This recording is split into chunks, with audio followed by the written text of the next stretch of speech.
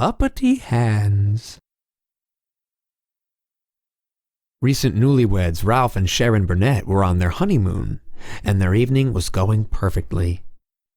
They shared drinks on the beach and enjoyed a romantic candlelit dinner.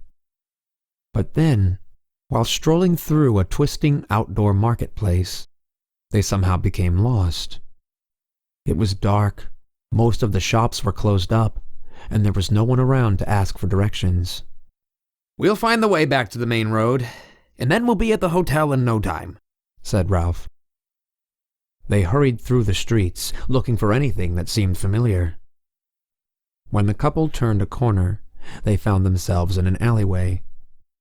There, standing before them, was an extremely tall and imposing man. Startled, the two stopped dead in their tracks. "Oh, hello," said Sharon nervously. The man didn't speak at first. Instead, he began to shiver and convulse as his eyes rolled back into his head. When they rolled forward, they became googly and ping-ponged up and down like a cartoon character's. Then he held up his hands. Upon each hand was a little puppet. One puppet was male, the other female. "Say hello to the nice people," the man said, giggling. The male puppet then came very close to the couple and looked them over. It was dressed in a little suit and a top hat. The puppet turned to its companion and then spoke in a strange and raspy voice. "They look rather lost to me." The female puppet, who was wearing a polka-dot dress, responded in an exaggerated English accent. "I agree. Rather unsure of where they are going or how to get there." The giant man giggled again.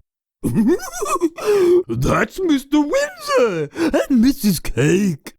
They real silly." He seemed to be mentally challenged, although he had somehow made the puppets speak very clearly. The newlyweds wondered if it was all just an act. Either way, Ralph turned to his wife and said, "I think we made a wrong turn," and the two quickly headed back in the other direction. For the next 20 minutes, Sharon and Ralph had a sneaking suspicion that someone was following them, although they were probably just on edge from the strange encounter in the alleyway. When they arrived at their hotel, most of the lights were out and there was no one at the front desk. They passed a newspaper stand as they walked through the lobby. Ralph remembered glancing at the local paper that morning. The headlines had described a series of mysterious murders in the area. Some tourists had been found stabbed, and others had been strangled. Ralph realized that he had been careless in wandering the dark alleyways with his new wife. Upon entering their room on the 3rd floor, the couple were so exhausted from the day that they went straight to bed. Sharon awoke in the night to a scratching noise coming from the front door.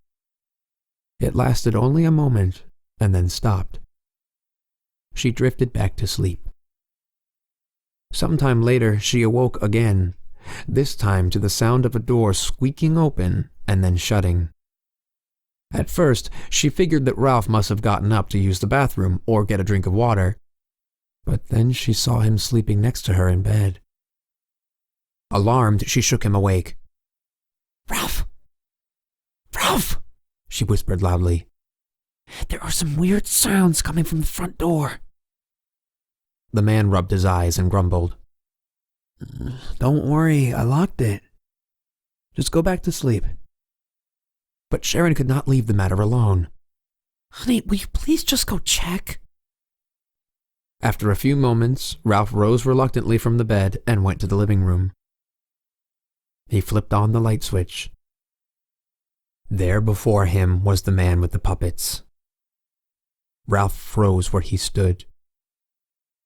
The giant man instantly exploded toward him, and with one blow, Ralph was knocked unconscious.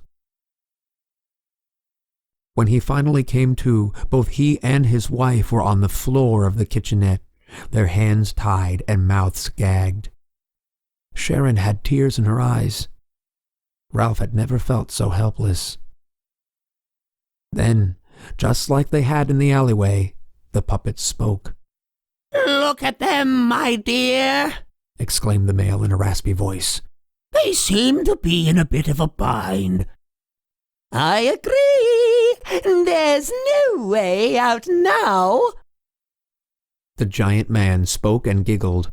Look at Mr. Windsor.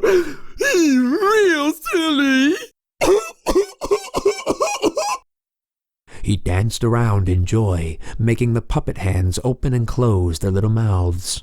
Look at my puppety hands, he giggled. Look at my puppety hands. As the man paraded madly around the room, Ralph tried desperately to untie the knot that held his hands together. The puppet man turned the other way, and the little puppets disappeared for a moment. When he faced the couple again, the puppet hands each held something that had not been there before. Mr. Windsor had a large knife. Mrs. Cake, a rope with a loop on the end. The man was drooling and panting like an animal. He cried out, his voice higher now. I'm a gunster wants to get you real good now! The female puppet shrieked maniacally as it sprung forward, flinging the rope around Sharon's neck. Next to his wife, Ralph felt the knot loosen around his hands. He had untied it just in time to see Mr. Windsor lunge at him with the knife in its felt mouth. It hissed and screeched as it charged. Ralph dodged the little puppet and began wrestling with the man, the blade coming within inches of his throat. Fighting the puppet hand, he looked deep into its beady little eyes and saw that it was somehow alive. In desperation, Ralph lowered his head and bit down hard on the hand, his teeth cutting through the felt material. The puppet man squealed like a hog, and the knife dropped to the floor. Ralph scooped it up. In one powerful swing, he hacked off the giant man's right hand, the male puppet along with it.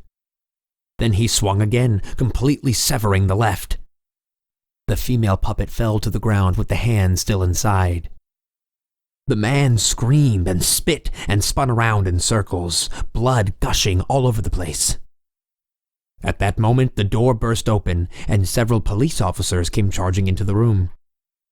Ralph dove to the floor and pulled his poor wife into a corner with him, covering her body with his own, just as several deafening shots were heard.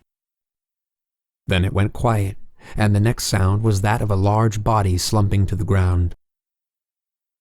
The police quickly untied the woman and helped both victims to their feet. They had been following the puppet man all night, waiting to see if he really was who they suspected him to be. As they escorted the traumatized newlyweds out the door, Ralph turned and looked back to see the bloody scene in the kitchen.